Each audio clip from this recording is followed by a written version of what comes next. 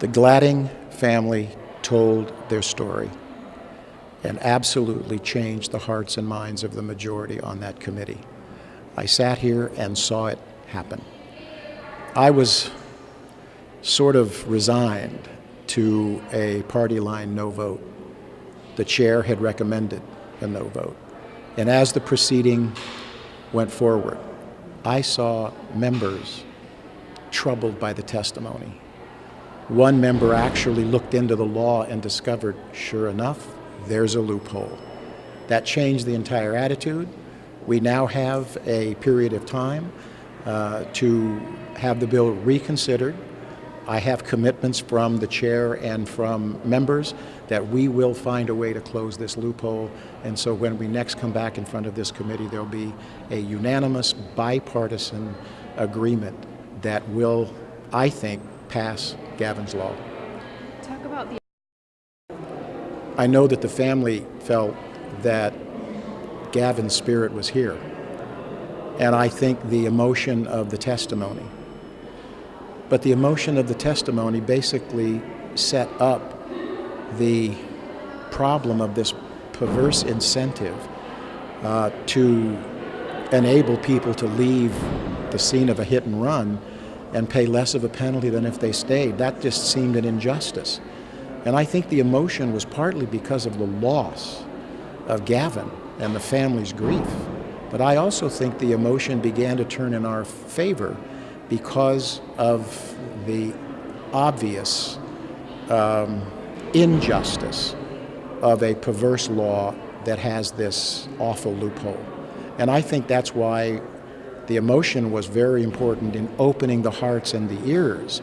But I think the law and the fact we demonstrated that that loophole is real opened up the policy hearts and minds here.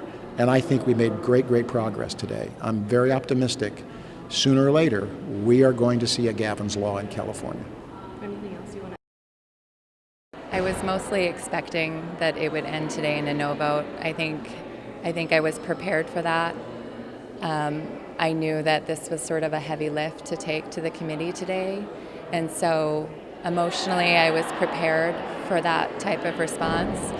I was very pleased with the outcome today, and that we're not walking away today with a no vote, and that we've got an opportunity to continue to work on this bill and hopefully bring it to a yes vote.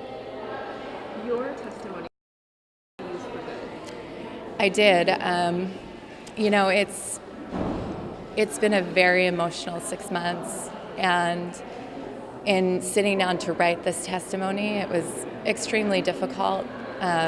It was difficult for me to read it to myself in preparation for this, but I was prepared to do it. And I sat down in front of that committee and I started to read it, and the words weren't coming. I couldn't get them out, and I got very emotional. And I think, you know, I felt Gavin with me this whole time, and I think that he let the words come through my mouth because this is important, and he knows that that's important. I know that's important, and that's why we're here. Is there anything else that you want? It is going forward, and my hope is that either the bill as it's drafted or some version of this bill will actually get passed, and it will be in honor of my husband. More importantly, the life sentence that the driver received and that signal that it sends to your constituents. The way that the California law is written today incentivizes the driver to flee the scene rather than to stop and assist the individual that they have critically injured with their vehicle. By making these penalties greater than the penalty for a DUI and bringing them in line with vehicular manslaughter,